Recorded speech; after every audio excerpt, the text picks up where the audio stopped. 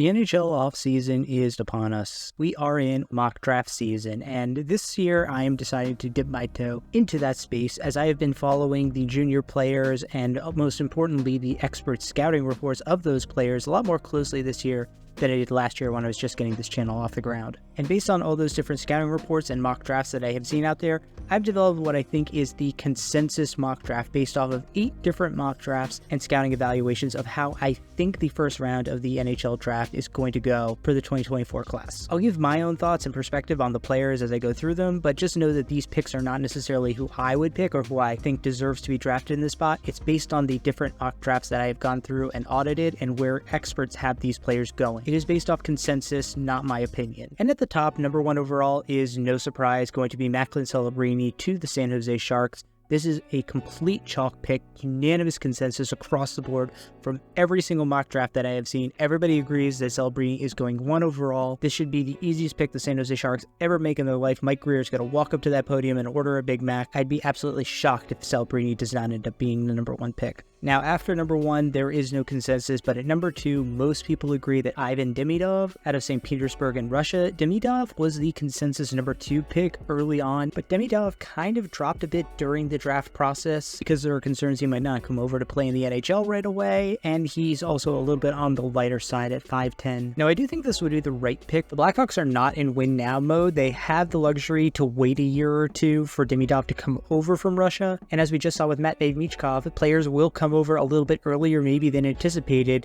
and adding another weapon to pair with Connor Bedard is absolutely the right move for Chicago. At pick number 3, the consensus board says that the Anaheim Ducks are going to take Artyom Leshinov, the defenseman out of Michigan State.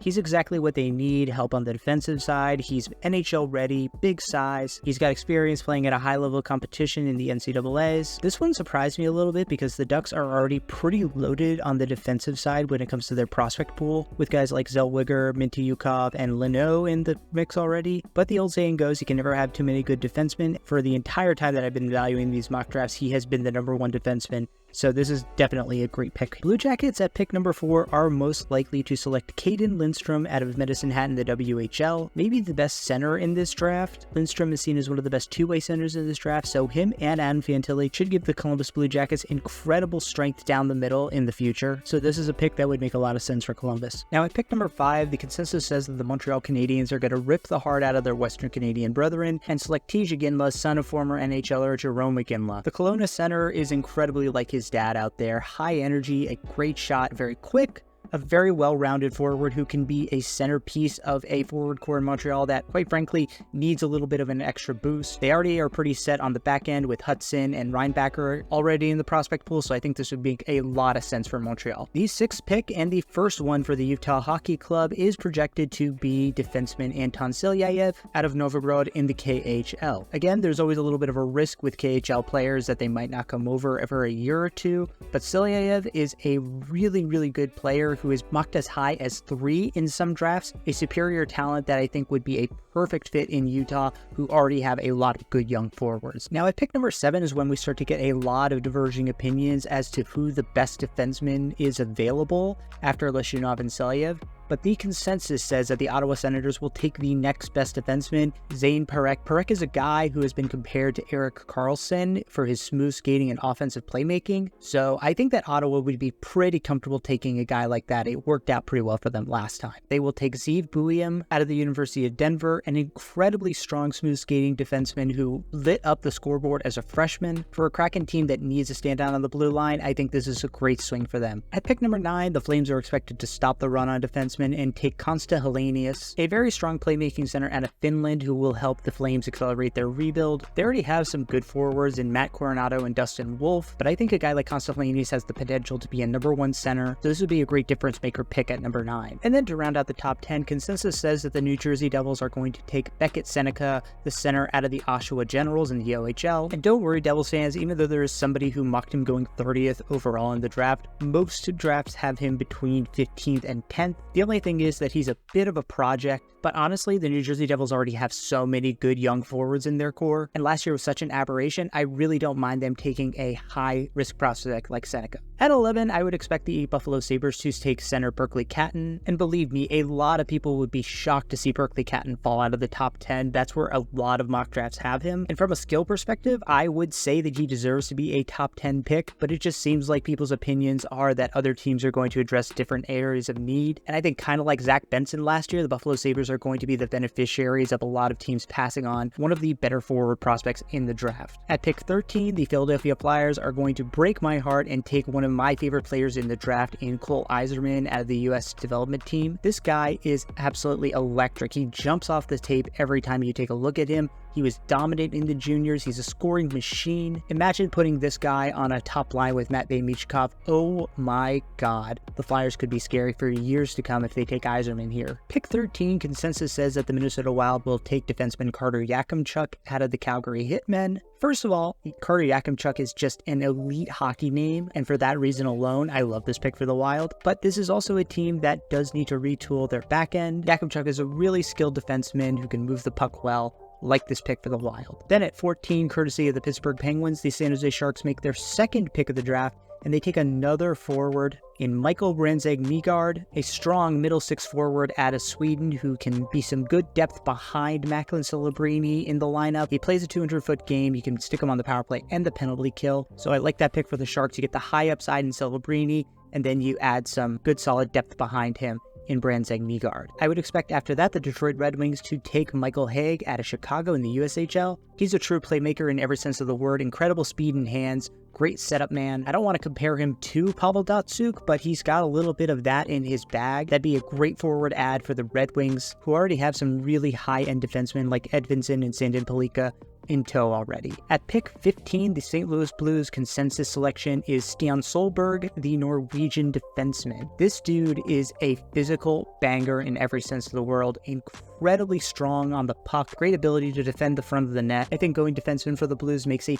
ton of sense here, considering they already have guys like Snuggerin, Dvorsky, and Bolduc in tow. So even though there are a bunch of drafts that have the Blues going forward here, I think going defense and taking Solberg would be a very smart move by them. Then for my Washington Capitals at pick 16, the consensus is and has been a pretty chalk pick that they'll take Adam Jiricek, brother of Columbus Blues prospect David Jiricek, and I am not in love with this pick. I don't love what I've seen from Jiricek. He's kind of a tweener defenseman, doesn't do anything exceptionally well. I hope I have my words if the Caps take him, but I don't see him as being a very projectable blue liner. 18 for the Blackhawks, consensus says that they will take one of the more divisive forwards in the entire draft, Trevor Connolly, the wing out of Tri-City in the USHL. On the ice, there's a lot to like about Trevor Connolly. He's fast, great hands, good shot. It's just going to be a matter of whether or not a team is willing to overlook the controversy, let's say, in his past and take a chance on him. And people seem to think that Chicago, who's already got Connor Bedard in tow and would be taking another chance on Ivan Demidov at number 2 overall, is in a position to do so. I don't know if I agree. I think maybe going defense here could be the move, but it would be an interesting pick to say the least. Now, Liam Greentree is the projected consensus pick and 19th overall to the Vegas Golden Knights. He's a high-end playmaker, but he's also a little bit of a project because he's not the strongest skater according to scouts, which makes sense as a pick for the Vegas Golden Knights. They wouldn't have to rush him into the lineup right away because they still have a very strong core in Eichel, Mark Stone, and Hurdle, who they could build around for another few years while Greentree gets his legs under him, literally. But he'd be a solid pick towards the middle and end of the first round for a team that can allow him to develop. For the New York Islanders at pick 20, the consensus says that they will take Igor Chernyshov out of Moscow Dynamo, and I think that this would be an absolutely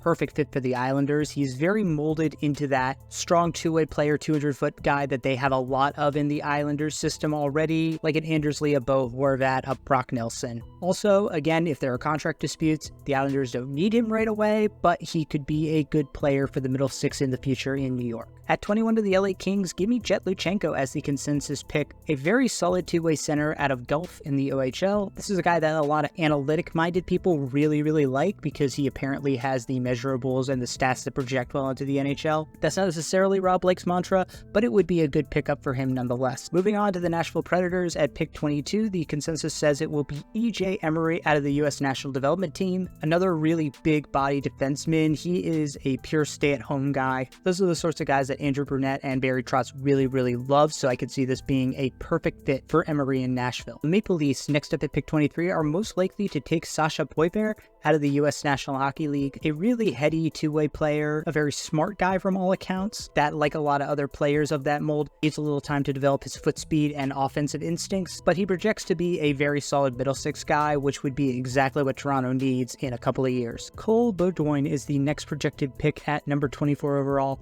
expected to go to the Colorado Avalanche, and I'd really love this move for the Avalanche, picking up the Barrie Colts center. The Avs already have a ton of high-end talent with guys like Makar, McKinnon, Rantanen. Adding a pretty high-floor guy like Beaudoin, who projects to be a very solid two-way center to go in the middle six, is a fantastic use of a late first-round pick. After him, we have the Ottawa Senators for their second pick of the first round, taking Igor Surin out of the KHL. In my mind, a really good pick by the Senators here. They would be taking a very high-end defenseman in their early pick, and then taking kind of a shot in the dark with their later first-round pick. And if you're going to do so, why not take it on Igor Surin, a guy who has produced a lot in the lower Russian league. After the Senators, we have another Canadian team making their second pick of the first round, this time the Canadiens. Will use pick 26 to take Charlie Elick, the defenseman out of the Brandon Wheat Kings in the WHL. Again, like the Senators, they'll split their two picks between forward and defense. They already have some good puck movers in their system, as I mentioned earlier, so let's add Elick, a guy with a lot of physical presence, not necessarily the highest of upsides, but he could plug in and be a very solid second or third pairing defenseman in the future. Now at pick 27, the consensus says that the Carolina Hurricanes are going to reinforce their center core by taking the big, and I mean big, Dean Letourneau out of St. Andrews. 6'7", 209 pounds. This guy is a physical specimen who needs a lot of time to develop, which is perfect for the Carolina Hurricanes, who are in no rush to add a guy to their NHL lineup right now. They're going to be strong for the next few years while Letourneau gets some time to build himself into his body and hopefully develop into the next great power forward in the NHL. Next up, we go to the Calgary Flames, who use their second first-round pick to select the Czech defenseman Dominik Badinka out of Malmö in the Swedish league. A pretty good puck-moving defenseman, but also very responsible defensively, especially defending the rush. Not the most physical of defensemen, but the Flames would definitely love to add a guy like Badinka, especially to fill the hole that Chris Tanev left, even though Badinka is still probably a couple of years away from making the show. At pick number 29, we have the Dallas Stars slated to pick Ryder Ritchie out of Prince Albert in the WHL, a guy with high-end offensive tools, but who definitely needs some more time to develop, especially with regards to his puck control and his play off the puck. But he's great in open space, great passer, has some speed. The Stars don't need to rush him, and they've done a fantastic job in developing young forwards. This would be a home run landing spot for Ritchie. Then at pick 30, for the New York Rangers, the President's Trophy winners are expected to take another WHL forward in Andrew Basha out of Medicine Hat, a very solid two-way player who's probably going to be more of a complementary piece than anything else. But I think he's got a pretty high floor, and he would be a good addition for the Rangers, who could be facing some cap casualties this offseason or next. So having a guy like Basha who can slot into your middle six and maybe eventually become a top six guy would be a very smart move on their part. At number 31, we have the Anaheim Ducks yet again, who will split the difference after going defense at pick number 3, and now take Emil Hemming, the Finnish winger. Another two-way player along the same sort of lines as Andrew Basha. I think this would be a great landing spot for Hemming, who could fit into that sort of second and third line role very easily, playing alongside either Leo Carlsson or Mason McTavish in the future. A little bit more of a project than maybe Basha is, but the Ducks have done a good job of developing forwards, so I think you would find this a good landing spot. And then the last pick of the first round, belonging to the Philadelphia Flyers, they are expected by consensus to take Sam O'Reilly, a center out of the OHL's London Knights. Now, O'Reilly is a pure defensive forward. He is definitely a guy you're picking to fit into your bottom six, not your top six. Very, very responsible, physical on the puck. And I think the Flyers, who already have a bunch of skill guys, especially after they take presumably Cole Yzerman in the first round, would want some sandpaper to kind of balance that out. And so I think O'Reilly would be a perfect fit for them, being that reliable bottom six guy for their future. There you go. That's the consensus mock draft for the entire first round. We will have to wait and see just how things shake out when the NHL draft starts on June 28th.